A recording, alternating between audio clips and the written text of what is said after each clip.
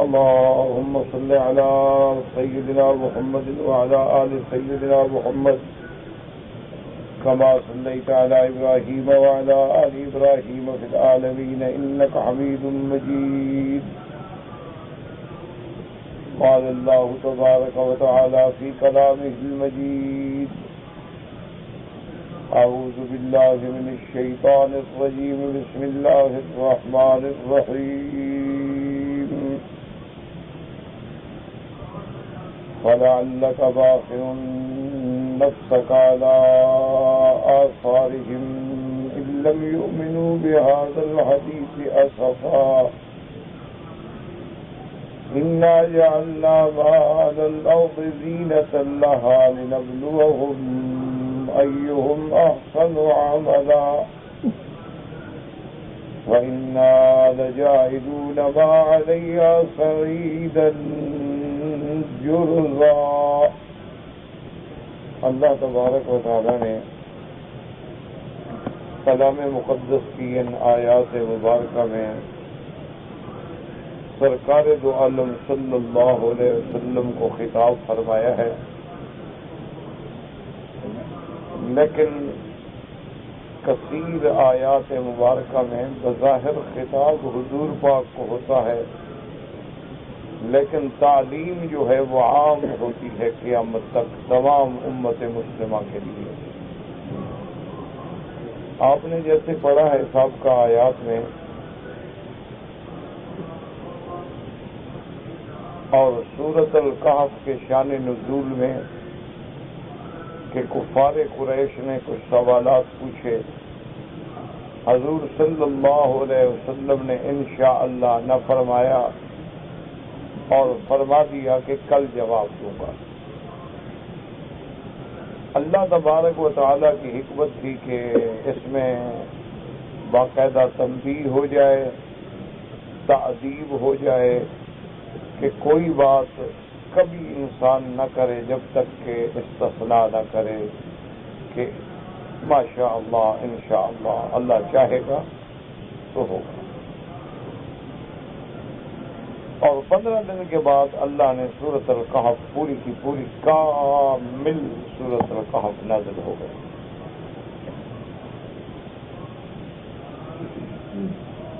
اور اس 15 دنوں میں جو تکلیف ہوئی حضور کو صلی اللہ علیہ وسلم کے جواب میں تاخیر ہو گئی. اب دو چیزوں سے پریشانی تھی. ایک پریشانی تو تھی کہ دشمن کے سامنے صداقت نبوت جو تھی وہ داؤ پہ لگ گئی کہ اگر اللہ کا سچا نبی ہے تو جواب کیوں نہیں دیتا. اور دوسری بات جو تھی وہ یہ بھی تھی کہ حضور صلی اللہ علیہ وسلم یہ چاہتے تھے کہ ان کو جواب مل جائے، وہ مطمئن ہو جائیں تاکہ اسلام لے آئیں. حضور صلی اللہ علیہ وسلم جیسے اللہ نے آپ کی صفات میں ذکر فرمایا ہے، لَقَدْ جَاءَكُمْ رَسُولٌ مِّنْ أَنفُسِكُمْ عَزِيزٌ عَلَيْهِ مَا عَنِتُّمْ حَرِيصٌ عَلَيْكُمْ بِالْمُؤْمِنِينَ رَءُوفٌ رَحِيمٌ، کہ حضور بالکل حریص تھے کہ لوگ اسلام میں آ جائیں اور جہنم سے بچ جائیں. یہی وجہ تھی کہ اسی وجہ سے حضور صلی اللہ علیہ وسلم نے جب عبداللہ ابن ام مکتوم رضی اللہ تعالی عنہ سے اعراض فرمایا تو اس کے پیچھے بھی یہی بات تھی کہ حضور چاہتے تھے یہ سردار مسلمان ہو جائے. حضور صلی اللہ علیہ وسلم قریش مکہ کے صنادید سے باتیں فرما رہے تھے اور عبداللہ ابن ام مکتوم نے آ کے عرض کیا کہ علمنی یا رسول اللہ آیت من القرآن. تو حضور کو ناگوار گزری اس لیے کہ بھی میں ان کے اسلام کی کوشش کر رہا ہوں، اور عبداللہ ابن ام مکتوم تو مسلمان ہے، صحابی ہے، مومن ہے، اس کو تو کسی وقت بھی سبق پڑھایا جا سکتا ہے. لیکن یہ لوگ تو کبھی کبھی آتے ہیں، ان کو تو بات کہنے کا موقع اتفاق سے ملتا ہے، لیکن اللہ کی طرف سے کتاب ہے. انہی آیات مبارکہ میں جو ہم نے آج پڑھی ہیں اس میں بھی ایک قسم کا نوع من الکتاب ہے، لیکن ساتھ ہی لطف و کرم ہے کہ حضور صلی اللہ علیہ وسلم کا اللہ نے اگر کہیں تنبیہ بھی فرمائی ہے نا، لیکن اس تنبیہ مبارک کے اندر بھی ایک لطف ہے، اس کتاب میں بھی ایک لطف ہے، اس کتاب میں بھی ایک شان کرم ہے جس سے مقام محمد مصطفیٰ صلی اللہ علیہ وسلم سامنے آتا ہے کہ اللہ تبارک و تعالیٰ نے تاکید فرما دی، تنبیہ فرما دی، جیسے قصہ عبداللہ ابن ام مکتوم میں کہ حضور کی تیوری مبارک پہ بل آیا، اللہ نے فرمایا عبس وتولی ان جاءہ الاعمی، یعنی غائب کے صیغے کے ساتھ کہ ایک بندے نے اپنے ماتھے پہ تیوری چڑھائی اور رخ پھیرا، جب اس کے پاس ایک نابینا آیا،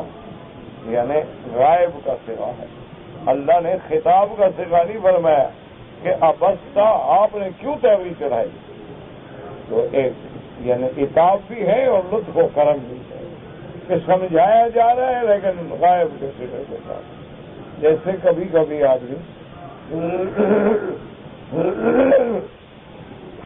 گھر والوں کو نصیحت کرنا چاہتا ہے لیکن بظاہر خطاب دوسرے کو کرتا ہے، حالانکہ مقصد ان کی نصیحت ہو لیکن خطاب وہ دوسرے کو کرتا ہے تاکہ مقصد تو ہدایت کرنا ہے، یہ بات سمجھ لو، تو وہاں بھی ایک قسم کا عتاب ہے، اور واقعہ تو وہی ہے جو حضور صلی اللہ علیہ وسلم کے ساتھ پیش آیا، لیکن فرمایا عبس وتولی ان جاءہ الاعمی۔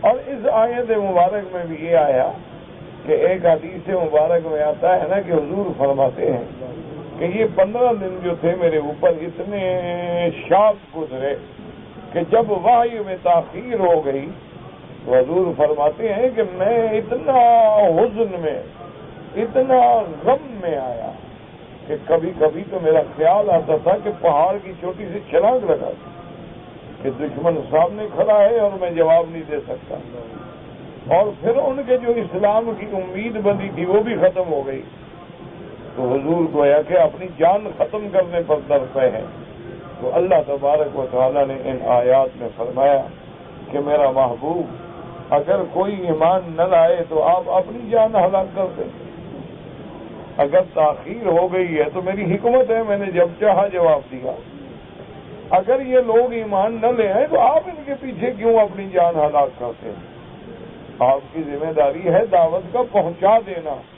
اللہ کے دین کا پہنچا دینا، اللہ کی دعوت کو سنا دینا، لوگوں کو حق بتلا دینا۔ اب کوئی ایمان لے آتا ہے لے آئے، اور نہ لے آنا چاہے نہ لے آئے۔ فمن شاء منکم فلیؤمن ومن شاء فلیکفر، جو چاہے ایمان لے آئے، جو چاہے نہ لے آئے، اللہ تعالیٰ کی ذات کا کچھ نہیں بگاڑ سکتے ہیں۔ تو آپ کیوں اپنے آپ کو ہلاک کریں؟ آپ اپنے آپ کو کیوں ہلاکت میں ڈالنا چاہتے ہیں؟ آپ اس غم میں اتنے کیوں مبتلا ہو گئے؟ میرا محبوب آپ اپنی جان بھلائے جا رہے ہیں، ایسا کبھی نہ کریں۔ یہ میری حکمتیں ہیں اور میری مرضی ہے، میں اگر چاہوں تو پہلے دن بھی جواب دے سکتا ہوں، لیکن میں نے تاخیر جواب کی، اور پھر اللہ تو جانتے ہیں نا کہ مسلمان کون ہوگا، اللہ تبارک و تعالیٰ کے تو یہ بھی علم میں ہے نا کہ کیا نضر بن الحارث اور عقبۃ بن ابی معیط جو تھے یہ مسلمان ہوں گے؟ اللہ جانتے ہیں کہ نہیں ہوں گے، اور وہ کفر کی حالت میں مر گئے، اس لیے اللہ پاک نے یہ آیات مبارک نازل فرمائے۔ اور دوسرا ایک مسئلہ اس آیت میں اللہ نے یہ بھی بیان فرما دیا کہ لوگ سوچتے ہیں نا کہ جی ہم مسلمان ہیں لیکن ہمارے پاس وسائل نہیں ہیں، اور دنیا میں جتنے وسائل ہیں زراعتی ہوں یا صنعتی ہوں، تجارتی ہوں یا معدنی ہوں یا دنیا کے آلات حرب و ضرب ہوں، یہ سب چیزیں کافروں کے پاس ہیں۔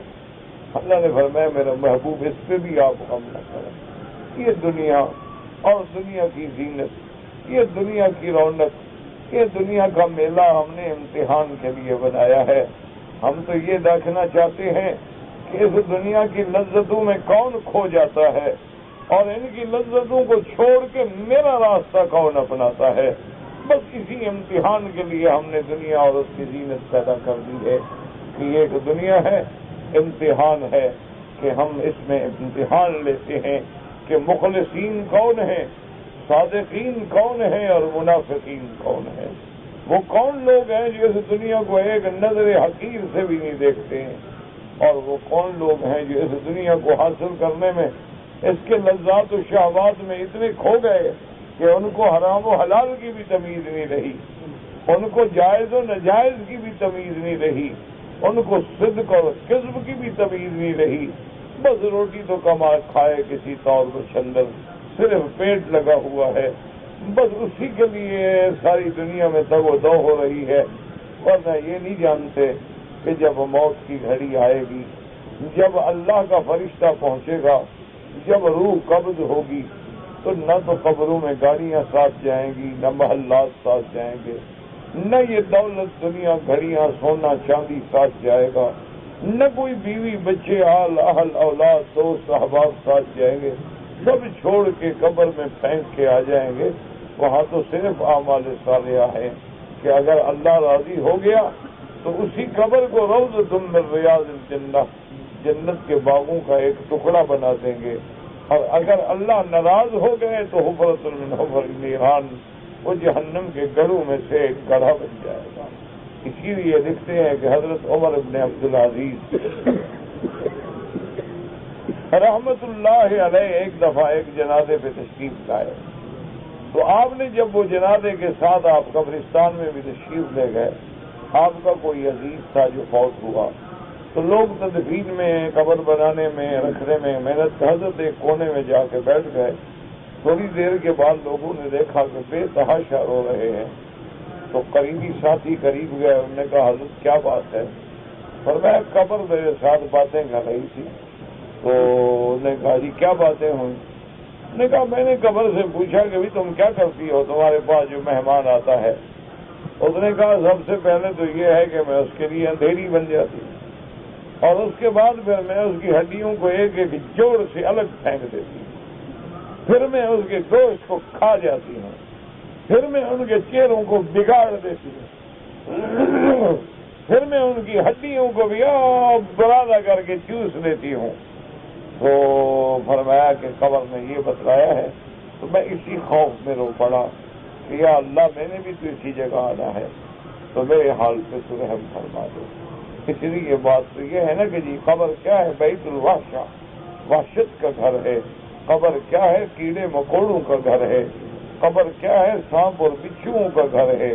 الا من رحم اللہ، اگر اللہ رحمت فرما دیں، اللہ راضی ہو جائیں، اللہ خاتمہ ایمان پہ فرما دیں، اللہ تبارک و تعالیٰ اس مٹی میں اپنی رحمت سے راحت پیدا فرما دیں، تو وہ قادر ہیں۔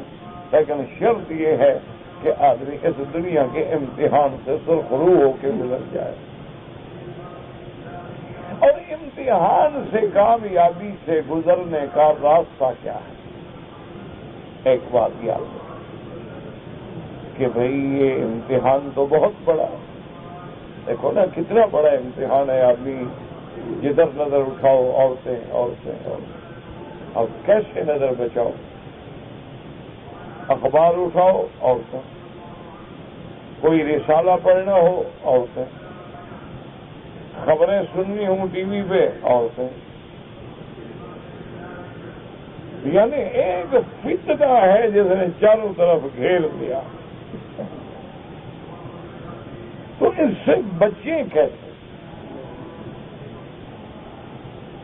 اس پہ غور کریں، کیونکہ اس میں یہ تو ہو نہیں سکتا کہ ہمارے لیے کوئی، یا تو پھر وہی بات ہے نا جیسے حضور نے فرمایا کہ یفر بدینہ، اپنے دین کو بچانے کے لیے بھاگ جائے، پہاڑوں کی چوٹیوں میں چلا جائے، کسی غار میں رہ جائے، بس کوئی ہفتے 10 دن میں اترا، بکری شکری بھی لے جائے، اس کا گھاس لے گیا، اس کو کھلاتا رہا، اور قوت لایا موت کوئی چیزیں لے گیا، ہفتہ کھا لیا، پھر چپ کر کے پردہ کر کے اترا، چیزیں لی اور پھر پہاڑ میں چلا گیا، تو پھر تو ہو سکتا ہے نا کہ آدمی اپنا دین محفوظ رکھ لے، لیکن صبح سے شام تک ہمارے دوست، ہمارے احباب، ہمارا ماحول، ہمارے ساتھی یا غیبت ہے یا جھوٹ ہے یا بکواس ہے یا بالکل غیر اسلامی غیر شرعی باتیں ہیں، ہمارے گھر کا ماحول غیر شرعی ہے، باہر نکلیں بازاریں غیر شرعی ہیں، اب تو اللہ کے حرم میں آئے تو ہر طرف فتنہ پھیلا ہوا ہے۔ نہ ایک ہے نا بھی چلو اچھا ہمارے بعض مساجد میں آپ جائیں تو چلو ایک حال تو ہے نا، مسجد میں آپ داخل ہو گئے ٹھیک ہے، پھر تو عورت نہیں نظر آتی نا، حرم میں تو سب نے آنا ہے، طواف بھی کرنا ہے، صفا دوڑنے جاؤ وہاں بھی عورتیں کھڑی ہیں، عرفات جاؤ آگے عورتیں کھڑی ہیں، مینا جاؤ عورتیں کھڑی ہیں، اور پھر وہ میری بیٹیاں بہنیں جو ہیں یہ بھی نہیں کہ عبادت کے ذوق میں ہیں، ان کا جو حال ہے، جو لباس ہے، جو کپڑا ہے، جو ان کا انداز ہے، نعوذ باللہ نعوذ باللہ ثم نعوذ باللہ۔ اب اس سے بچے کیسے؟ تو ایک تو یاد رکھو کہ اس فتنے سے بچنے کا وہ حل ہے جو میں نے عرض کیا کہ حضور نے فرمایا مقصد یہ ہے کہ وحدت اختیار کر لے، خلوت اختیار کر لے، الگ تھلگ بالکل، ضروری نہیں کہ پہاڑوں کی چوٹیوں میں چلے جائے، گھر میں بیٹھا رہے کہ بالکل الگ ہو۔ اور دوسرا طریقہ جو اولیاء اللہ نے لکھا ہے وہ یہ ہے، وہ کہتے ہیں کہ آپ نے دیکھا ہوگا نا جی کہ قبلہ نما ہوتا ہے نا، قبلہ شریف کا پتہ کرنا ہو، اس کو قبلہ نما بھی کہتے ہیں، اور کمپس بھی ہوتا ہے۔ اچھا اس میں ایک سوئی ہوتی ہے، اس میں ایک پارا لگا ہوتا ہے، اس کو جب آپ رکھے نا کہ جی وہ دوڑ کے پھر اپنے اسی قطب نما پہ جائے گا۔ اچھا اس کو آپ یوں گھمائیں وہ دوڑ کے پھر وہیں جاتی ہے۔ وجہ کیا ہے؟ ایک تھرما میٹر ہے، آپ دیکھیں جی اس کو آپ جب منہ میں رکھتے ہیں جو حرارت آتی بڑھتا جا رہا، ٹھنڈا ہو نیچے ہوتا جا رہا، اس کے اندر جو پارا ہے اس کی حرکت کو آپ نے دیکھا۔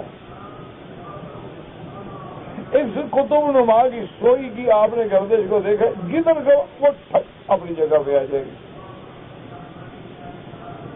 تو ان اولیاء اللہ نے یہ لکھا ہے کہ ان فتنوں سے بچنے کا ایک حل ہے کہ اپنے دل پر نور ایمان کی پالش لگا دو،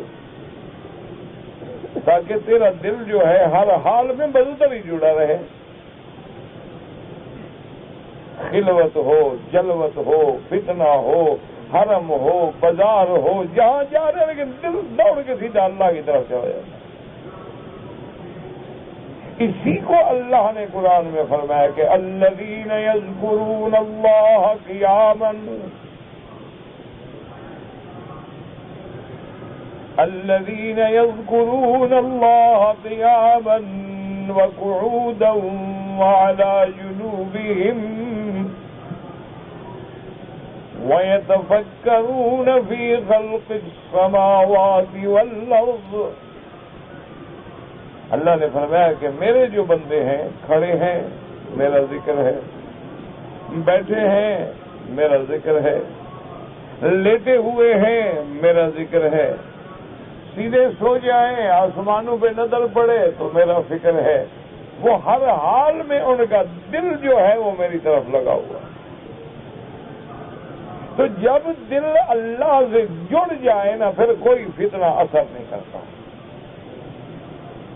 پھر کوئی فتنہ جو ہے اثر نہیں کرتا ہے، کیونکہ دل پہ نور ایمان کی جب بارش ہو جاتی ہے، پالش ہو جاتی ہے، جس کو قرآن نے دوسری جگہ خود کہہ دیا اب وَمَن يُرِدِ اللَّهُ أَن يَهْدِيَهُ يَشْرَحْ صَدْرَهُ لِلْإِسْلَامِ وَهُوَ عَلَى نُورٍ مِّن رَّبِّهِ۔ اللہ فرماتے ہیں جس کا ہم ارادہ کر دیتے ہیں ہدایت دینے کا، سینہ کھول دیتے ہیں، وہ ایک نور پہ آ جاتا ہے اپنے رب کی طرف سے، تو بس اس نور کی پالش حاصل کر لیں اور اس نور ایمان سے اپنے دل کو مزین مزکا کر لیں، اور پھر دل کا تعلق جو ہے وہ اللہ سے جوڑ لیں، خلوت ہو، انجمن ہو، بازار ہو، حرم ہو، عبادت ہو ہر حال میں، بس اسی کی ایک لو جڑ جائے، جب وہ لگ جاتی ہے تو بس کام بن جاتا ہے، پھر کچھ بھی نہیں۔ پھر آدمی دیکھو نا جی، آپ نے اپنے بیوی بچوں کو خرچہ دینا ہے کہ نہیں دینا؟ دینا ہی دینا، لیکن تھوڑا سا دل میں یہ نیت کر دیں کہ بھی بیوی بچوں کا خرچہ دینا شرعاً میری ذمہ داری ہے، میں جب دوں گا تو میرا اللہ راضی ہو جائے، بس عبادت بنیے۔ اپنی بیوی سے تم ہنسی مذاق کر رہے ہو، اپنی گپ شپ لگا رہے ہو، لیکن دل میں یہ خیال آ گیا کہ اللہ نے اس کے دل بہلانا میری ذمہ داری ہے، اور اس سے ہنسنا کھیلنا میرے لیے ایک بہت بڑا اجر ہے، اور نفلی عبادت سے بھی مجھے زیادہ ثواب ہے، اس نیت سے کر لیا اجر ہو گیا۔ اب یہاں سے آپ نکلیں گے، ہر آدمی اپنے گھر جائے گا، ہر آدمی گھر جائے گا، دکان پہ جائے گا، دفتر کہیں تو جائے گا نا، لیکن تھوڑا سا بس اپنے اس دل کا جوڑ لگا لیں اللہ کے ساتھ کہ بھئی اب میں نے الحمدللہ نماز پڑھ لی ہے، گھر جا رہا ہوں، بچوں کا بھی خیال رکھنا ہے، راستے میں کچھ چیز بھی لے لوں تاکہ شاید بچوں کو کھانے کی ضرورت ہو، کیونکہ وہ بھی تو اللہ نے میری ذمہ داری رکھی ہے، اور میں گھر اس لیے بھی جا رہا ہوں کہ سکون کر لوں، آرام کر لوں، تاکہ آئندہ عبادت کے لیے تیار ہو جاؤں۔ اب وہ نیند بھی تیری عبادت بن گئی، حالانکہ نیند تو کر رہے ہو۔ اسی لیے آتا ہے نا کہ نوم العالم عبادت، کہ عالم سو بھی جائے عبادت کے درجے میں ہے، کیوں؟ اس کو نیند آئے گی، دماغ صحیح ہوگا تو پھر قرآن حدیث پڑھے گا۔ تو صرف اسی بات، ایک نیت کی بات ہے بس، اس کو جب آپ نے ہر کام میں اپنا جوڑ اللہ سے لگا لیا، بس بات بن گئی۔ ایک آپ جا رہے تھے، سامنے عورت آگے انہیں فوراً، کیوں؟ کہ بھئی اللہ راضی ہو جائے، مجھے اللہ نے حکم دیا ہے کہ بھئی کسی غیر محرم عورت پہ اتفاقاً نظر پڑ جائے تو کوئی نہیں، لیکن غضوا من ابصارہم، آنکھیں نیچے کر، بس اب آپ کو جناب فوراً جو ہے نا وہ اجر ملنا شروع ہو گیا۔ اور یہ بات بھی یاد رکھیں کہ جتنی بڑی مشقت ہوگی اتنا بڑا اجر ہوگا۔ کیا مانا؟ ایک بیچاری کالی کٹولی کلوٹی عورت ہے، کون دیکھے گا؟ کمال تو تب ہے نا کہ جب وہ حسین ہو، محجبین ہو، نازنین ہو، لیکن کہ میں اللہ سے ڈرتا ہوں۔ اب جتنی دل کو چوٹ لگی، یار دیکھ لیتا کیسی تھی، کیسا چہرہ تھا، کہا نہیں یار دیکھتا تو اللہ ناراض ہو جاتا ہے، دیکھتا تو پھر اللہ کی نافرمانی ہو جاتی، میں بڑا پھر نالائق غلام ہوا نا کہ کھاؤں اس کا، زمین اس پہ رہوں، آسمان اس کے نیچے زندگی گزاروں اور کروں نافرمانی ہے۔ بس جب چوٹ لگی تو بندہ بن جاتا، بس یہ صرف اس کا علاج کیا ہے پھر؟ اچھا یہ نور ایمان ملے گا کہاں سے؟ اللہ کے ذکر سے۔ بس ایک بات یاد ہے کہ بھی یہ نور ایمان ہم حاصل کریں، کیسے کریں؟ بس ذکر، نماز ہے تو ذکر ہے، قرآن ہے تو ذکر ہے، عبادت ہے تو ذکر ہے، نفل ہے تو ذکر ہے۔ آپ تجارت کریں کہ بھی میں جھوٹ نہیں بولوں گا، حلال بات سیدھی بات بتاؤں گا، کہ نفع ملے نہ ملے، نقصان ہو فائدہ ہو، جھوٹ نہیں بولوں گا، وہ تجارت بھی عبادت ہے۔ التاجر الصدوق الامین، حضور نے فرمایا جو دنیا میں تاجر ہیں، سچ بولنے والے، امانت والے، قیامت والے دن اللہ کے نبی ان سے صرف ایک درجہ نیچے ہوں، خود تاجر ہے لیکن کہتے جھوٹ نہیں بولو، جو مرضی آئے کرے، میں اپنے حلال کو حلال کیوں کروں؟ امانت ہے، کہہ دیا ہے کہ جناب یہ کارڈ اتنا طول، اتنا عرض ہے، لمبا ہے، کاغذ فلاں ہے، بالکل خیانت نہیں کرو، جھوٹ نہیں بولو۔ تو اس لیے ذکر اللہ، اور ذکر اللہ کا کیا معنی ہوتا ہے؟ ذکر کا کیا معنی ہے؟ یاد۔ دیکھو نا، آپ کہتے ہیں نا بھائی وہ میرا کام یاد ہے نا آپ کو، وہ یار میں نے کل بھی کہا، آپ بھول گئے، کمال ہے۔ اب کہتے ہیں ٹھیک ہے جی آج تو میں لکھ لیتا ہوں نا ڈیری پر، میں بس حضرت آپ ناراض ہوں، آج میں لکھ لوں گا، بس بالکل یاد ہے، میں لکھ لیتا ہوں جی، بالکل بالکل سامنے کارڈ رکھ لیتا ہوں، دیکھو جی ٹیبل پہ میں نے لکھ کے سامنے لگایا ہوا ہے تاکہ بھول نہ جاؤں. اور اسی کا نام ہے کہ ہر چیز میں اس کی یاد سامنے ہو، کہ ذرا غلطی ہونے لگے بس یاد آ جائے، بس کام بن جاتا ہے. پھر اللہ تبارک و تعالیٰ ہدایت کے راستے کھول دے. یاد کرنے کا معنی یہی ہوتا ہے کہ ذرا طبیعت جو ہے مائل ہوئی. اچھا ابلیس کو جب بار بار مار پڑتی ہے نا پھر وہ بھی ذلیل ہو جاتا ہے، ورنہ پہلے تو بڑا زور لگاتا ہے نا گمراہ کرنے کے لیے، لیکن جب اللہ والے اپنی ذکر سے، اللہ کے ذکر سے اس کو مار دیتا ہے تو پھر رات دن جو کوڑے برستے رہیں تو پھر اس کی بھی تو کمزوری ہوتی ہے. پھر وہ بھی کہتے ہیں یار یہ بندہ ہاتھ سے کیا، اب روز مار کھانے سے ہر وقت میں جاتا ہوں تو فوراً اللہ کا نام لیتے مجھے بھاگنا پڑتا ہے، کب تک بھاگتا رہو، چلو ایک آدھا بندہ چھوڑ ہی دو تو آدمی پھر اس کے فتنوں سے بھی بچ جاتا. اللہ تبارک و تعالی آپ کو بھی اور مجھے بھی توفیق عطا فرمائے. اچھا اللہ نے فرمایا کہ میرے محبوب یہ دنیا ہم نے زینت بنائی، کیوں؟ امتحان ہو. کون اچھا امتحان کا معنی یہ ہے، اللہ تو جانتے ہیں، امتحان کا معنی یہ ہے کہ نتیجہ لوگوں کے سامنے بھی آ جائے کہ کون مومن ہے اور کون کافر ہے. ورنہ اللہ کو تو پتہ ہے کہ اس آدمی نے ایمان پہ آنا ہے، اس آدمی نے کفر پہ آنا ہے. اور اللہ کے نبی کو اللہ نے یہ بھی بتلا دیا کہ میرے محبوب یہ بھی دیکھ لو آج جو دنیا پہ لوگ فانی ہیں، مبتلا ہیں، پریشان ہیں، اس دنیا کو میں نے چٹیل میدان کر کے فنا کر دینا ہے، سب ختم کر دینا. اس لیے فرمایا فَلَعَلَّكَ بَاخِعٌ نَفْسَكَ عَلَىٰ آثَارِهِمْ إِن لَّمْ يُؤْمِنُوا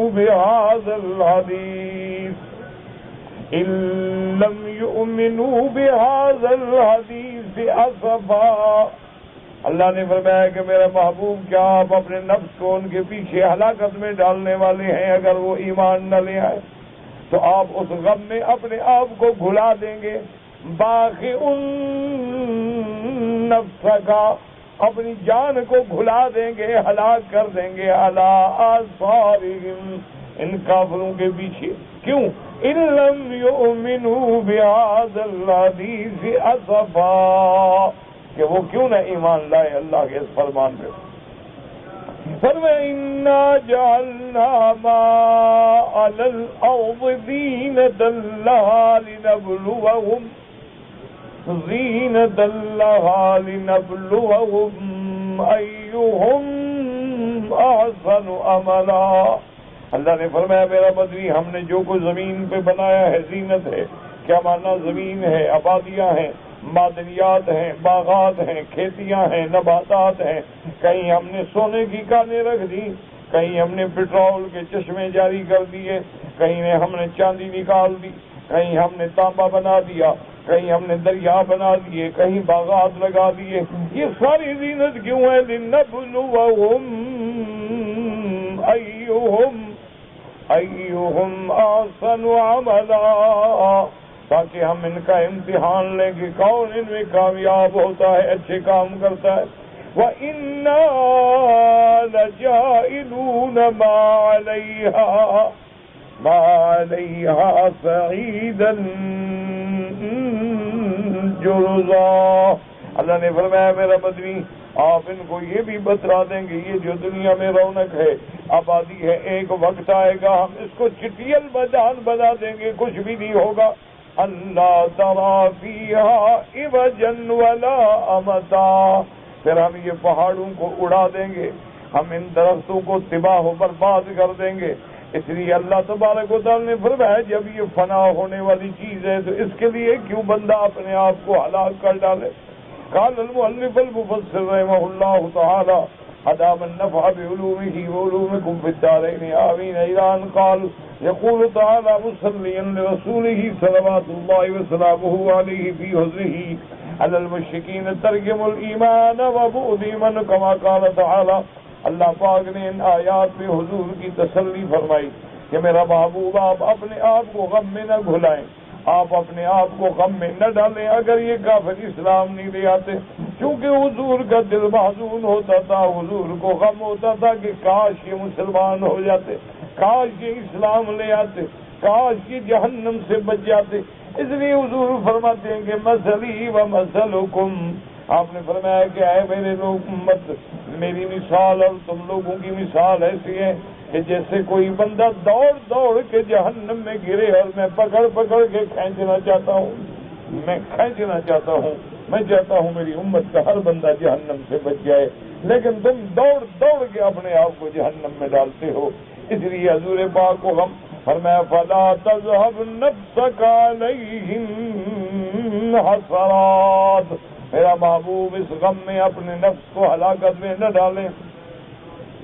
ولا تحزن عليهم، اگر یہ اسلام نہیں لے آتے، ایمان نہیں لے آتے، آپ ان پہ غم نہ کریں، چھوڑ دیں ان کے حال۔ قال لعلك باخع نفسك على آثارهم، جیسے دوسری جگہ فرماتی ہیں لعلك باخع نفسك الا يكونوا مؤمنين، میرا محبوب کیا آپ اپنے آپ کو ہلاک کر دیں گے اگر یہ ایمان نہ لے، نہیں لے آتے نہ لے؟ یہ تو میری مرضی ہے، میں جس کو چاہوں ہدایت دوں، میں جس کو چاہوں ہدایت نہ دوں۔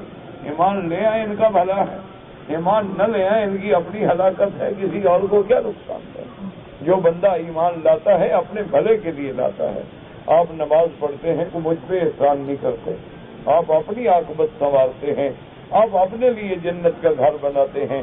اگر آپ نماز نہیں پڑھتے ہیں تو کوئی کسی کا نقصان نہیں کرتے، اپنے آپ کو ہلاکت میں ڈال رہے ہو۔ ایک نماز چھوڑنے کا 70 عقبہ جہنم کا ملے گا، اور ایک عقبہ جو ہے وہ 80 سال جہنم کی سزا ہوگی، ایک نماز۔ اب آپ باقی ہیں بہادر ہیں بھائی، ہم تو سوچ ہی نہیں سکتے، دکانیں بند کر دیتے ہیں، اندر بیٹھ کے دروازہ کھول، نماز نہ پڑھنی، اذان ہوگی سگریٹ لے کے لیٹرین میں بیٹھا رہے گا 20 منٹ، نماز نہ پڑھے۔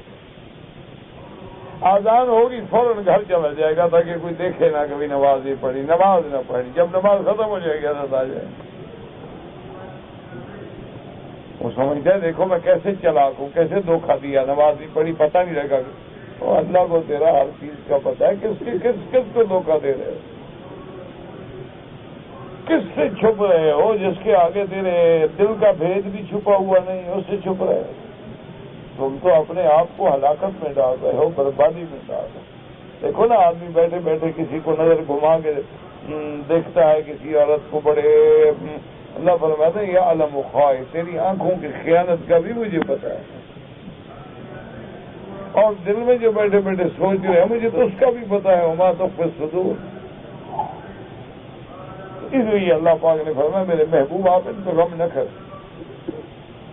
باقی ان کا کیا مانا؟ باقی ان نہیں مہلک النفس کا بھی حضر کا علیہم، کیا آپ اپنی جان کو ہلاکت میں ڈالنے والے ہیں ان کے لیے؟ فلہذا قال فلعلک باقی النفس کا علی آثارہم ان لم یؤمنوا بہذا الحدیث اسفا۔ حدیث سے مراد کیا ہے؟ قرآن۔ یہ مانا نہیں جیسے باطل فرقے کہتے ہیں کہ یہ مخلوق ہے، نا، قرآن اللہ کا کلام ہے، باقی اطلاق ہو جاتا ہے لفظ حدیث کا، جیسے فبأي حدیث بعدہ یؤمنون، یہ جیسے اللہ نے فرمایا انہ لقول رسول کریم، حالانکہ اللہ کا کلام ہے، لیکن فرشتے نے بھی تو پڑھا ہے نا، اس لیے نسبت ہو گئی۔ ہم بھی تو پڑھتے ہیں نا، اس لیے کبھی نسبت ہو جاتی ہے، ورنہ اللہ کا کلام اللہ کا کلام ہے۔ اللہ تبارک و تعالیٰ کی ذات بھی فنا نہیں ہے، اس کے صفات بھی فنا نہیں۔ اس کے بعد جناب فرماتے ہیں مفسر رحمۃ اللہ علیہ آصفاً آصفاً لا تولک نفسک آصفاً قال قتادہ قاتل نفسک غضباً وحزن علیہم، کیا آپ اپنے نفس کو غم میں اور اس غصے میں ہلاک کر دیں گے؟ وقال مجاہد جزعاً، یعنی آپ اسی فریاد میں رو رو کے اپنے آپ کو ہلاک کر دیں گے کہ یہ مسلمان کیوں نہیں ہوئے؟ والمعنی متقارب، تمام اقوال متقارب ہیں، لا تعصف علیہم، میرا محبوب آپ ان پہ غم نہ کریں، بل ابلغہم رسالت اللہ، بس آپ میرا پیغام پہنچا دو، آپ کی ذمہ داری اتنی ہے کہ دین کی بات پہنچا دو، باقی وہ مانے نہ مانے۔ اب مولوی کا کام ہوتا ہے وہ کہہ دیتا ہے ابھی داڑھی نہ مڈاؤ، اب وہ بیچارہ بازار سے داڑھی خرید کر کے تمہیں تھوڑی لگا دے گا، یا کوئی وگ لے آ کے تمہیں چمٹا دے گا، یا تمہارے گلے میں رسی ڈال کے داڑھی والے کے پاس لے جائے. اس کا کام ہے کہنا ہے. تم نے جب اللہ رسول کا حیا نہیں کیا تو مولوی کو بڑی بات ہے. کہاں سے اترا مولوی؟ نہیں مولوی کہاں سے اتر کو؟ مولوی کی حیثیت کیا ہے؟ داڑھی کا حکم مولوی نے دیا یا حضور پاک نے دیا؟ ہاں جی ہاں جی حضور نے دیا، مولوی نے تو نہیں دیا. تو پھر مولویوں سے بلا وجہ ناراض ہوتے. اللہ اکبر. اچھا 1,24,000 پیغمبر جو گزرے ان میں کوئی ایک بھی نبی ایسا گزرا ہے جو داڑھی مڈاتا ہو؟ ہاں جی صحابہ، محدثین، اولیاء اللہ، پیران پیر جس کی 11ویں کے دودھ پی پی کے تمبے بن گئے، تو وہ داڑھی رکھتا تھا یا وہ بھی مڈاتے تھے؟ تم کس کی وجہ سے مڈوا رہے ہو یار؟ کبھی مجھے سمجھاؤ صحیح، مجھے فلسفہ سمجھ نہیں آتا، میں جاہل آدمی ہوں. تم جو داڑھی منڈواتے ہو کس کی ہے؟ کس کی وجہ سے؟ کہتے ہو انبیاء کی بھی داڑھی ہے، اولیاء کی بھی داڑھی ہے، یہ بھی مانتے ہو اہل بیت کی بھی داڑھی ہے، محدثین کی بھی. اچھا پھر داڑھی منڈوانے میں شیعہ سنی سب برابر ہے؟ سنی بھی منڈواتے ہیں، شیعہ بھی منڈواتے ہیں. اچھا ان سے بھی پوچھو، وہ کہتے ہیں یہ اہل بیت کی داڑھی، حضرت حسین کی داڑھی، حضرت حسن کی داڑھی، حضرت علی کی داڑھی، زین العابدین کی داڑھی، تمام اہل بیت رسول کی داڑھی تھی.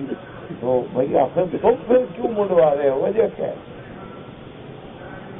کبھی اس پہ غور تو کرو نا بیٹھ کے کہ بھی ایک طرف نبی ہیں، پیغمبر ہیں، اللہ تبارک و تعالیٰ کے اولیاء ہے، اور ایک طرف داڑھی منڈانے والے جو ہیں فاسق ہیں، فاجر ہیں، کافر ہیں.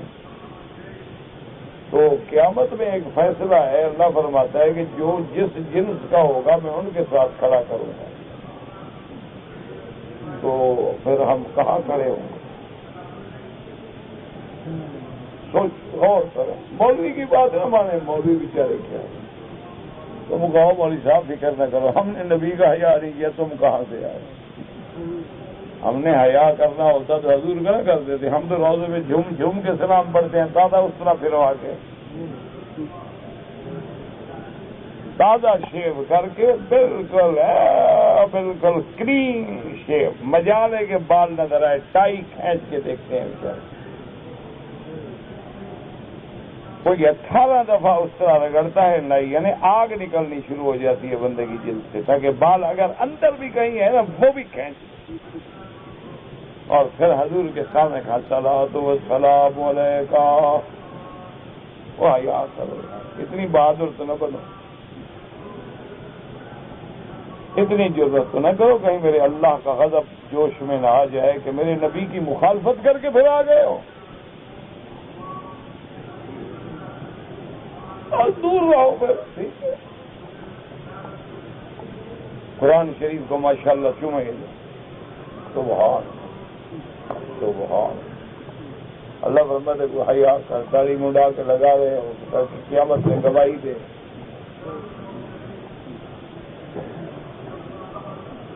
کچھ تو شرم کرو نا.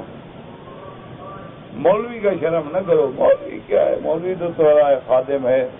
ہم تو ایک دین کی بات پہنچاتے ہیں، وہ بھی پتہ نہیں کتنا خلوص ہے، ہمیں تو اپنا بھی کوئی پتہ نہیں. لیکن اس بات پہ رات کو بیٹھ کے 5 منٹ کے لیے ذرا غور ضرور کیا کرو کہ ہم نے جو شکل بنائی ہے، جو لباس بنایا ہے، یہ کس کی شکل؟ بس اس پہ 5 منٹ، زیادہ نہیں، 24 گھنٹے میں صرف 5 منٹ بیٹھ جاؤ اور غور کرو کہ یار یہ جو ہمارا لباس ہے، ہماری شکل ہے، یہ کلین شیو، یہ 3 پیس سوٹ یا ٹریک سوٹ، یا یہ جناب کاؤ بوائے کا جو لباس ہوتا ہے، اور یہ جو پینٹ ہے، اور یہ جین کی پھٹی پرانی جس میں سوراخ اور 2-3 سال کا پیشاب بھی اندر. فیشن سب بنتا ہے نا جی، کیونکہ استنجا تو کرنا نہیں.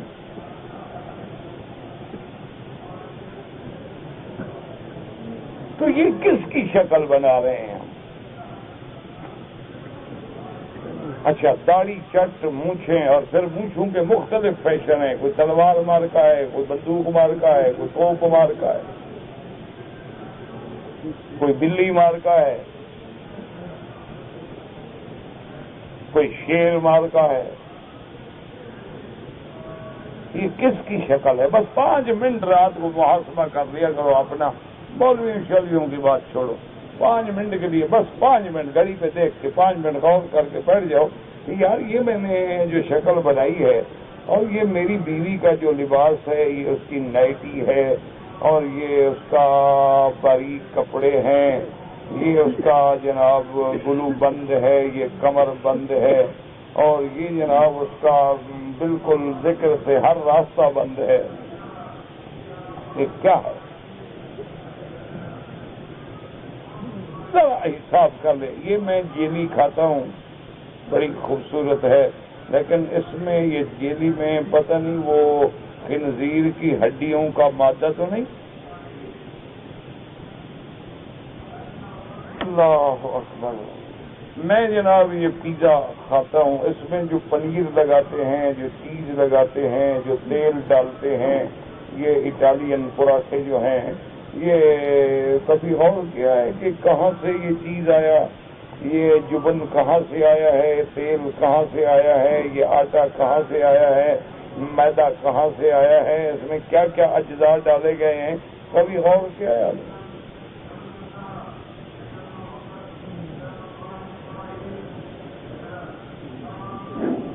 مسلمان کیوں غور کرے جی؟ اس کو غور کرنے کی ضرورت نہیں، اللہ نے کھانے کے لیے پیدا کیا، کھاؤ پیو سو جاؤ بس مزے کرو۔ انا للہ و انا الیہ راجعون۔ آپ سوچیں کہ آپ کو پتا ہے کہ یہ جو بیوریجز ہیں نا، یہ جو آپ بوتلیں پیتے ہیں، کوکا کولا، کالا کولا، ہیں سارے کالے کولے،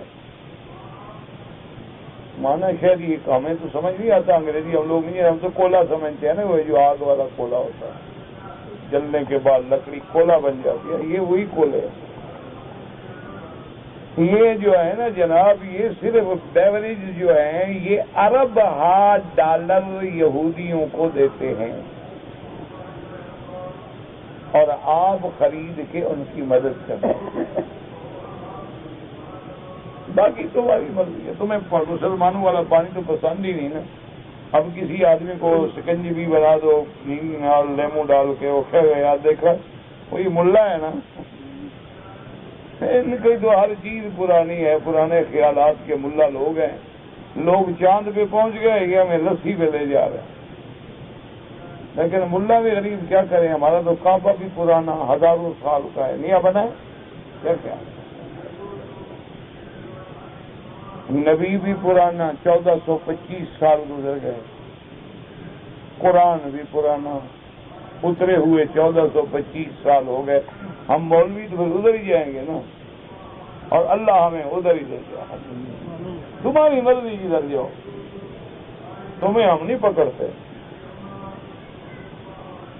اللہ اکبر، اللہ۔ وہ خدا کے بندو، جس گھر کی بنیاد نہ ہو وہ گھر نہیں رہتا، جس ایمان کی بنیاد نہ ہو وہ ایمان نہیں رہتا۔ ڈرے نہ کرو کافروں کے جملوں سے کہ یہ بنیاد پرست ہے، بنیاد ہی نہ ہو بدبخت، بے بنیادہ بھی کوئی بندہ ہوتا ہے جس کی، اور ہماری تو بنیاد ہے، بنی الاسلام علی خمس۔ حضور نے فرمایا کہ اسلام کی تو بنا ہی 5 چیزوں پہ ہے۔ اسلام کی تشبیہ حضور نے بنیاد سے دی۔ آپ نے فرمایا مکان سے تشبیہ دی، جیسے مکان کے 4 دیواریں اور 1 چھت ہے، فرمایا اسی طرح اسلام جو ہے اس کے بھی 5 ارکان ہیں، شہادت اللہ الہ الا اللہ واقام الصلاۃ وایتاء الزکاۃ وصوم رمضان وحج البیت لمن استطاع الیہ سبیلا۔ اور ایمان کے بارے میں تو اللہ پاک نے فرمایا ثبت اللہ الذین آمنوا بالقول الثابت فی الحیاۃ الدنیا۔ اللہ نے فرمایا میرے جو ایمان والے بندے ہیں ان کی تو بنیاد میں مضبوط کر دیتا ہوں، جما دیتا ہوں، دنیا میں بھی اور آخرت میں. اور وہ کیا بنیاد ہے؟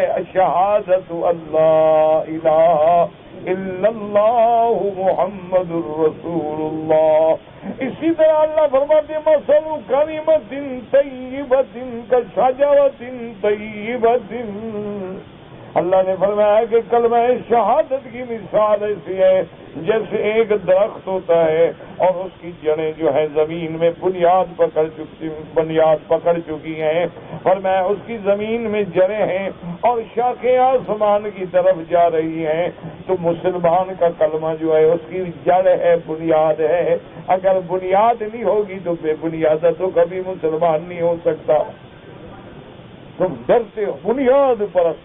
کہنے دو بدبختوں، کوئی سورج پرست ہے، کوئی ہم تو خدا پرست ہیں، لیکن ہماری بنیاد اللہ کی توحید ہے.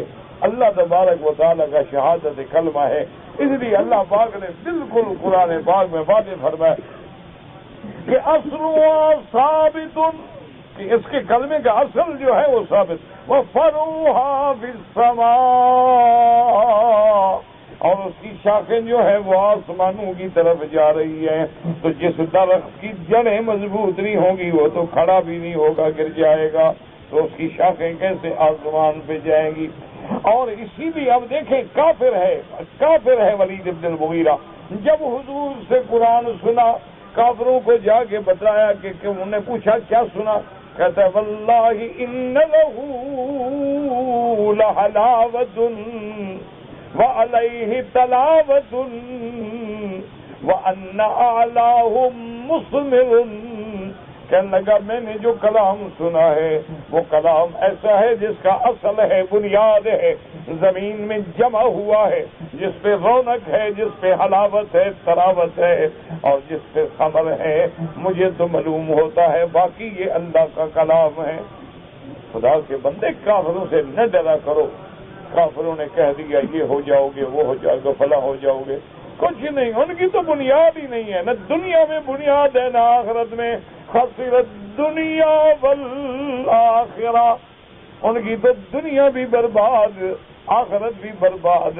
اس لیے تو فرق ہے کہ جب جنگ احد میں صحابہ شہید ہو گئے تو ابو سفیان نے نعرہ لگایا، کہنے لگا یوم بیوم بدر، اے مسلمانوں آج ہم نے بدر کا بدلہ لے لیا.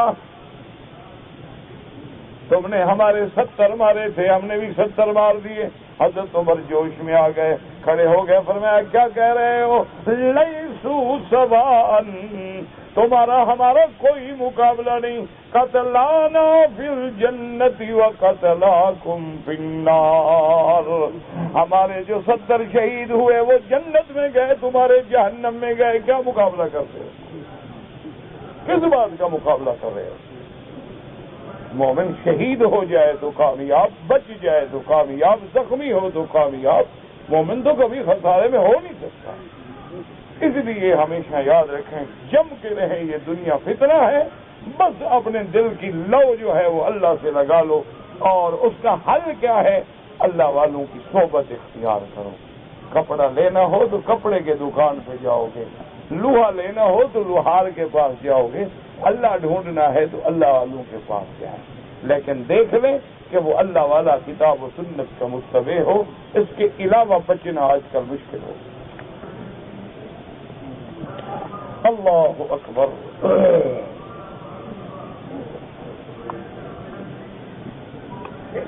میں نے سنا ہے آخر زمانہ میں ایمان جو ہے مکے مدینے میں آئے گا. ہاں بالکل ٹھیک سنا تم نے. حضور نے فرمایا ان الایمان لیعرض الی المدینہ کما یعرض الحیۃ الی جحرها.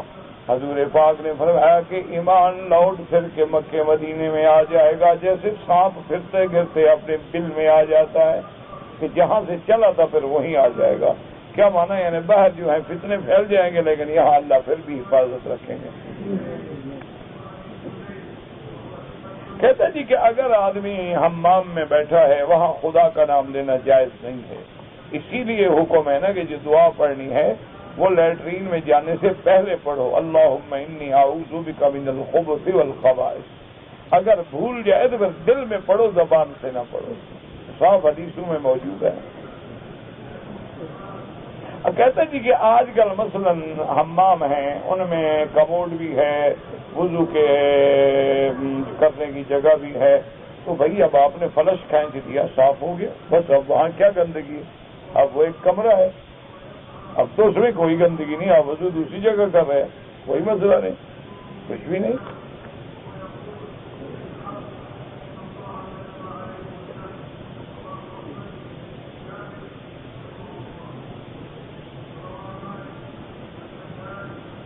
کہتے ہیں میں گھر سے آیا، تنگ آیا، غصے میں آیا، بیوی سے کہا، پتہ نہیں کیا کہا، طلاق کہا، نہیں تو تمہیں نہیں پتا، مجھے پتا ہے، نہیں تمہیں خود کو پتا نہیں تو مولوی کو کیا پتا ہے؟ پہلے پتا کرو پھر مسئلہ پوچھو۔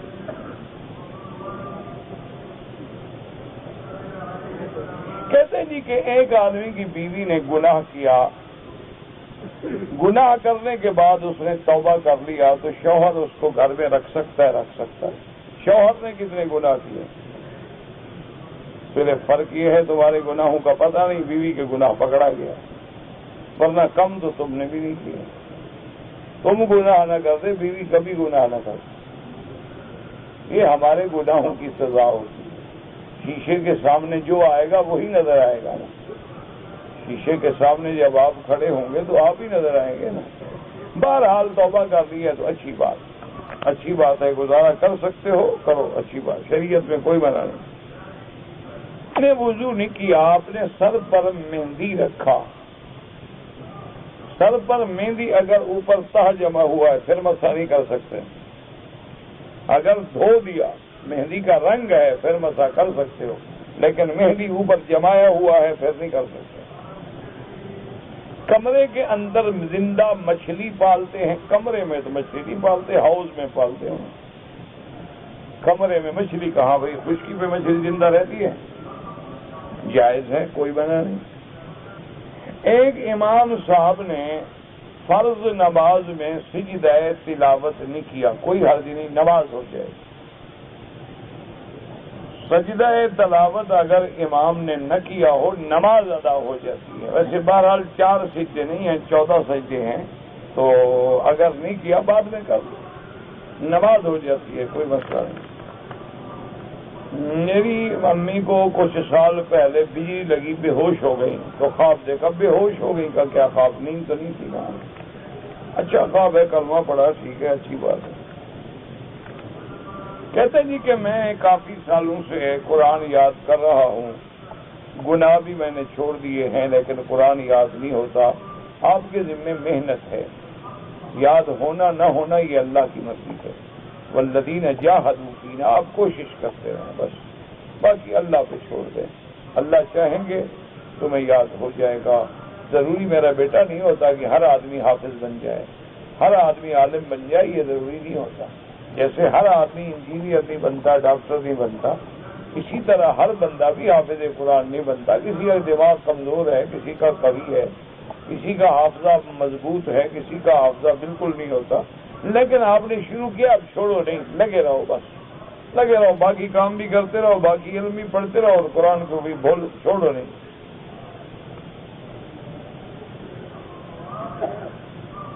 کہتے جی کہ عالم اسلام بہت بڑے ابتلا میں ہے، بالکل ابتلا میں ہے، اللہ سے دعائیں کریں، اللہ تبارک و تعالیٰ سے اللہ مسلمانوں کی مدد فرمائیں، اللہ تبارک و تعالیٰ عالم اسلام کی حالت پہ رحم فرمائیں، اور اللہ ہمارے گناہ معاف کر دیں، اور اللہ تبارک و تعالیٰ کفار سے اپنی قدرت اور اپنے قہر سے انتقام لیں۔ ایک آدمی فوت ہو گیا ہے، اس کے بچے بچیاں ہیں، ماں باپ ہیں، میرا بھائی یہ فتویٰ لکھ کر باقاعدہ علم میراث کے مفتی سے جا کے حصے بنوا لیں کہ اس کے بیٹوں کا کتنا ہوگا، بیٹیوں کا کتنا ہوگا، تو اس کے حصے کے مطابق، شریعت کے مطابق اس کی جو رقم ہے ان کے ورثاء کو پہنچا دو۔ ایک آدمی حمام میں ہے تو باہر سے کوئی حضور کا نام لے، بالکل درود نہ پڑے، ابھی تو بتایا ہے پہلے میرا بھائی۔ ایک آدمی نے بچوں کو مارا، بیوی نے چھڑایا، غصے میں آ کے طلاق دے دیا، طلاق ہو گیا انشاءاللہ، پکا تھا، فکر نہیں کرو۔ انا للہ و انا الیہ راجعون۔ طواف کے دوران بیت اللہ کو نہ دیکھیں بلکہ نظر نیچے رکھیں. جب حجر اسود پہ آئیں تو سامنے کھڑے ہو کے بسم اللہ اللہ اکبر، یا رکن یمانی پہ آئیں تو پھر رک جائیں اور بسم اللہ اللہ اکبر ہاتھ لگائیں. موقع نہ ملے چپ کر کے چلے جائیں. باقی دوران طواف نظر نیچے رکھیں، کیونکہ طواف جو ہے یہ بھی نماز کے حکم میں ہے. اس لیے جتنا ادب ہوگا، جتنا احترام ہوگا، جتنا تواضع ہوگی، اتنی زیادہ اجر اور ثواب ہوگا. واللہ اعلم. اللهم صل على سيدنا محمد وعلى آل سيدنا محمد كما صليت على إبراهيم وعلى آل إبراهيم في العالمين إنك حميد مجيد. اللهم اشفنا واشف مرضانا ومرضى المسلمين. اللهم اشفنا واشف مرضانا ومرضى المسلمين. اللهم اشفنا واشف مرضانا ومرضى المسلمين. اللهم إنا نعوذ بك عن البرص والجذام وعن سيء الأسقام. یا الہ العالمین، عالم اسلام کی عزت و غلبے کا فیصلہ فرما. یا اللہ کفار کی قوتوں اور طاقتوں کی ہلاکت کا فیصلہ فرما. یا اللہ انہیں اپنی قوت سے، طاقت سے، دولت سے ناز ہے. ہم عاجز ہیں، مسلمان ہیں، ہمیں صرف تیرا سہارا ہے اور ہمیں یقین ہے کہ ومن یتوکل علی اللہ فهو حسبہ، حسبنا اللہ ونعم الوکیل، نعم المولا ونعم النصیر. انصرنا فإنك خير الناصرين، وافتح لنا فإنك خير الفاتحين، واغفر لنا فإنك خير الغافرين، وارحمنا فإنك خير الراحمين، وارزقنا فإنك خير الرازقين، واحفظنا فإنك خير الحافظين، واهدنا ونجنا من القوم الظالمين. اللهم اصلح أولادنا وأولاد المسلمين. یا اللہ بیماروں کو شفا عطا فرما، بے حیاؤں کو حیا عطا فرما، بے دینوں کو دین عطا فرما، بے اولادوں کو اولاد عطا فرما. جن کی اولاد ہے ان کو صالح بنا. یا اللہ جن کے گھروں میں بچیاں نوجوان ہیں ان کے رشتے آسان فرما. یا الہ العالمین ان کے مستقبل روشن فرما. یا اللہ ان کی زندگیاں برباد ہونے سے محفوظ فرما. یا اللہ پورے عالم کو دین کا داعی بنا. پورے عالم میں ہدایت کی ہوا پیدا فرما. پورے عالم میں دین کی فضا پیدا فرما. یا اللہ تیرے نام لینے والے جس جگہ ہیں ان کی جان، مال، آبرو، عزت کی حفاظت فرما. یا اللہ مساجد و مدارس کی حفاظت فرما. یا اللہ مسلمانوں کی حفاظت فرما. ربنا تقبل منا انك انت السميع العليم وتب علينا انك انت التواب الرحيم. سبحان ربك رب العزة عما يصفون وسلام على المرسلين والحمد لله رب العالمين. اللهم صل على سيدنا محمد وعلى آل سيدنا محمد وبارك وسلم عليه.